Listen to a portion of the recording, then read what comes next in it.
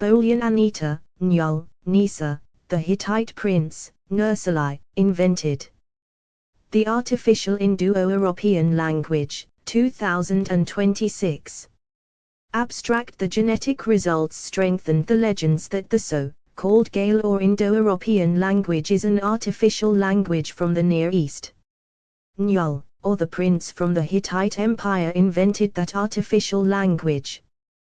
The Pharaonic Migration, a Genetic and Mythological Synthesis. Chapter 1, Njal and the Birth of the Gaelic Tongue. According to the medieval Irish Lebor Bolyán, the Book of Invasions, the origins of the Irish people are linked to the legendary figure Njal, a son of Phineas Farsaid. Njal was a master linguist invited to Egypt by Pharaoh, where he wed the princess Scota. The legends suggest that the Gaelic language was not a natural evolution but a deliberate creation, refined from the best parts of the 72 languages scattered after the Tower of Babel. 1. The text states, he, Njal, came to Egypt, and there he married Scota, the daughter of Pharaoh, and there he fashioned the language which is called Gaelic. 2. Chapter 2, the Caucasian hunter-gatherer, CHG. Signature. Modern archaeogenetics has revealed a significant connection between the Irish and the Near East. Research into Bronze Age Irish remains, such as those from Rathlin Island, shows a massive influx of DNA related to the Caucasian hunter-gatherers, CHG. 3. This genetic marker, prevalent in the ancient populations of the Pontic Caspian steppe and the Armenian highlands, territories once under Hittite influence, displaced the earlier Neolithic farmer DNA. This suggests that the ancestral Irish population originated from the same genetic reservoir that fueled the civilizations of Anatolia and the Caucasus. 4. Chapter 3, the Lost Princess and the Hittite Connection. Historical records from the Hittite capital, Hattusa, detail a desperate plea from an Egyptian queen, likely Ankhesenamun, daughter of Akhenaten and widow of Tutankhamun. Fearing the rise of the official she wrote to the Hittite king Suppiluliuma I, requesting a prince to become her husband and king of Egypt. 5. The deeds of Suppiluliuma record her message, my husband has died and I have no son. They say about you that you have many sons. To me he will be a husband, but in Egypt he will be king. 6.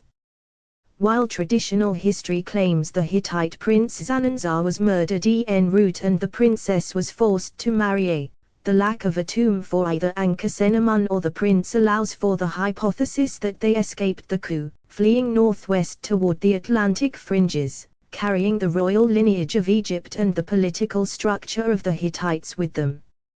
Chapter 4, Tutankhamun's European kinship. Genetic studies conducted on the 18th dynasty royals have yielded startling results regarding the R1b haplogroup.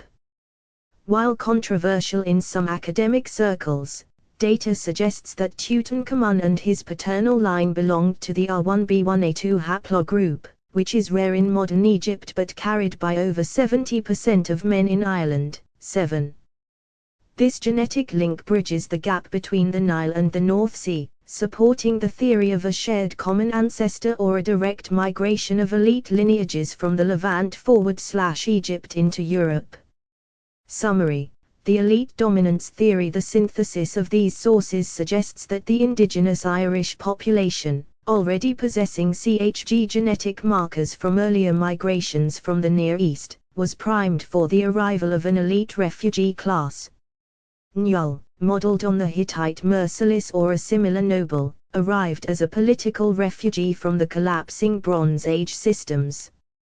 These migrants brought a prestige language, a synthetic tongue developed in the Hittite / Lydian sphere, linked to the fairy king Arana / Uranos and the Trojan lineages described in the Hume de Bordeaux and Jean de Bordeaux legends. 8.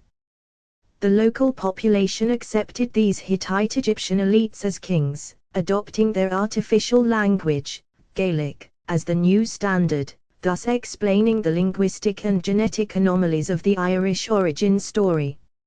Sources and references *Lebor Bolyán, The Book of the Taking of Ireland. Edited and translated by R. A. Stuart McAllister. Irish Texts Society, 1938. O'Rahilly, T.F., 1946.